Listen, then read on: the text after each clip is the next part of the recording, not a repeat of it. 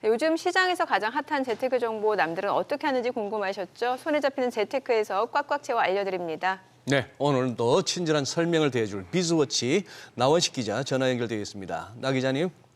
안녕하세요. 네, 안녕하세요. 안녕하세요. 오늘 어떤 재테크 소식 가져오셨나요? 네, 지난해 연 5%를 넘어섰던 시중은행과 저축은행 예금금리가 뚝 떨어지면서 다른 금융 상품을 찾으려는 분들이 많아지고 있는데요.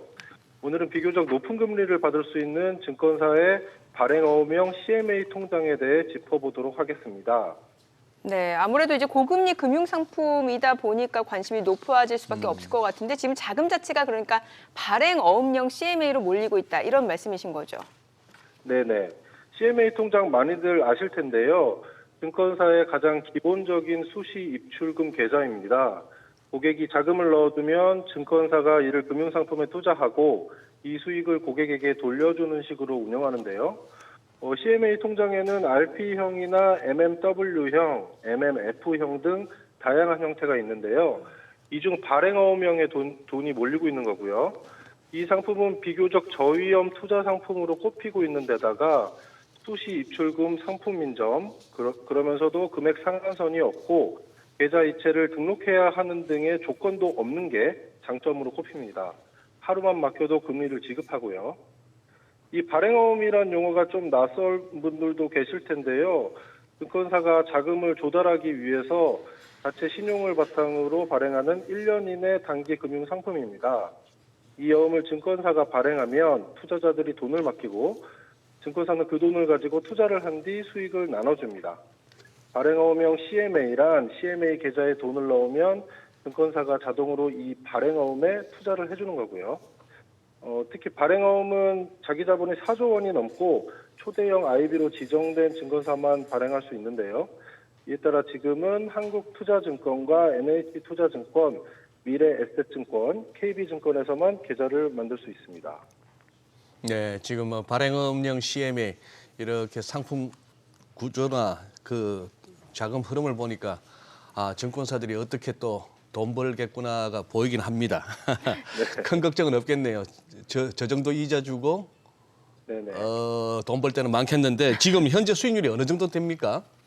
네, 현재 발행어음형 CMA 수익률은 연 3.7%에서 3.75%를 제공하고 있는데요. 지난해 말까지만 해도 4에서 5% 정도까지 올라갔다가 올해 들어서는 다소 낮아지긴 했습니다. 그래도 경쟁력은 있는 편인데요. 최근 주요 저축은행들의 파킹 통장 금리를 보면 3%대 초반까지 내려가는 추세인데요. 저축은행들은 최근 시중은행들 역시 수신금리를 낮추고 있고 그래서 경쟁을 자제하는 분위기고요. 또 부실 우려 등으로 대출을 적극적으로 늘리기 어려운 상황이라서 당분간 이런 흐름은 이어질 것으로 보입니다. 이에 따라 증권사 CMA 통장 중에서도 발행 어음형 CMA는 인기를 이어가고 있는데요. 전체 CMA 잔고는 줄었는데 이 발행 어음형은 증가하는 추세입니다. 지난해 1월 말 기준으로 전체 CMA 잔고는 60조 5,800억 원 수준이었는데 올해 1월 말에는 49조 1,800억 원 가량으로 줄었거든요. 반면 이 기간 발행 어음형 CMA 잔고는 8조 2,800억 원에서 10조 8,800억 원으로 2조 원 이상 늘었습니다. 발행어음형 CMA 투자 상품인 만큼 또 주의해야 될 점도 있을 것 같은데요. 네네. 발행어음은 은행 예적금처럼 예금자 보호 대상은 아닌데요. 이 계좌를 파는 증권사들도 발행어음은 발행사의 부도 또는 파산 시 최대 원금 전액 손실 위험이 있다고 유의사항을 소개하고 있습니다. 네. 이게 이론적으로는 그런데요. 다만 앞서 설명드렸다시피 발행어음형 CMA는 신용도가 높은 초대형 증권사 4곳만 발행할 수 있잖아요. 증권사들의 부도 위험이 그렇게 크지 않다는 점에서 저위험 투자 상품으로 여겨지고 있는 거고요. 그런데 물론 요즘 전 세계적으로 긴축 기조가 이어지면서 경기 침체에 대한 우려가 가시지 않았고 또 우리나라 역시 수출 부진에 부동산 시장도 크게 위축하고 있고 이게 또 증권사 등 금융권으로 리스크가 확산하지 않을까 하는 우려도 있잖아요. 네. 그러니까 언제 어떤 일이 일어날지 모르니까 원금 손실 우려가 있다는 점, 이 점은 꼭 기억해 두실 필요가 있습니다.